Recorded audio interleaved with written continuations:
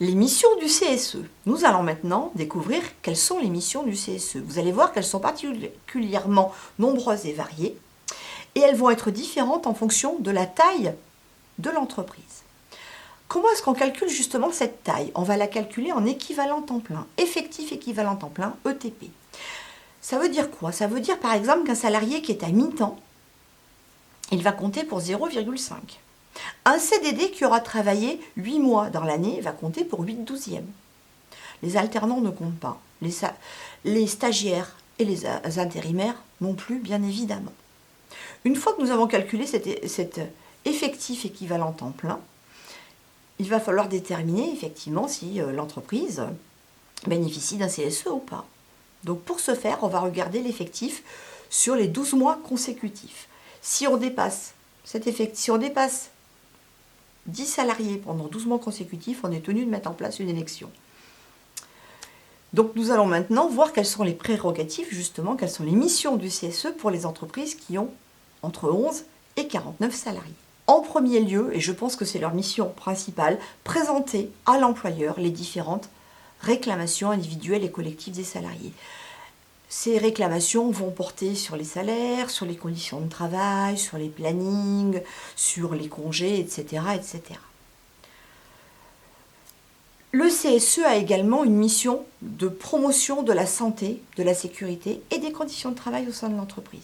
Il est à même de réaliser des enquêtes suite à des accidents du travail, par exemple.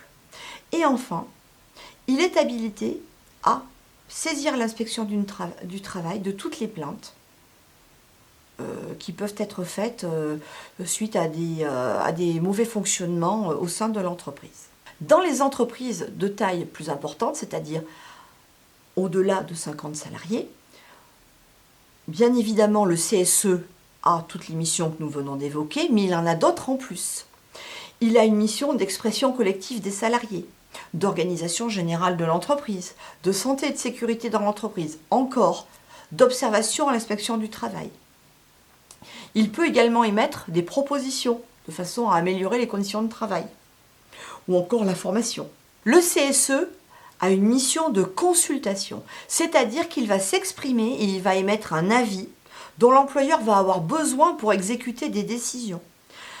Même si le CSE n'a pas de pouvoir de cogestion, la consultation a un caractère préalable très important.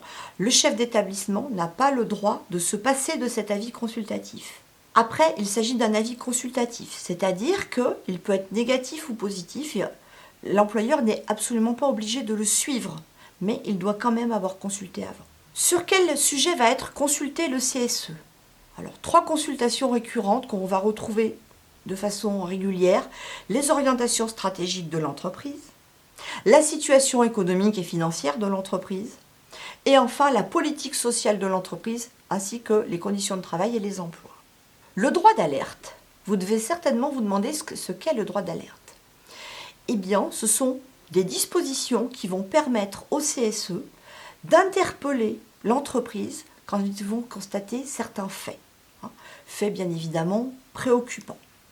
Ils peuvent alerter l'employeur notamment en cas de danger grave et imminent. Donc, tout ce qui porte à la sécurité de l'entreprise. Également, ils ont un droit d'alerte lorsqu'ils vont constater une situation financière et économique préoccupante au sein de l'entreprise. Bien évidemment, les procédures vont être différentes en fonction de la taille de l'entreprise. Et enfin, dernier point, dernière mission du CSE, il participe au conseil d'administration. 2 à 4 membres du CSE peuvent participer au conseil d'administration de l'entreprise. Ils ont des voix consultatives au conseil d'administration. Ils peuvent également assister à l'Assemblée générale des actionnaires.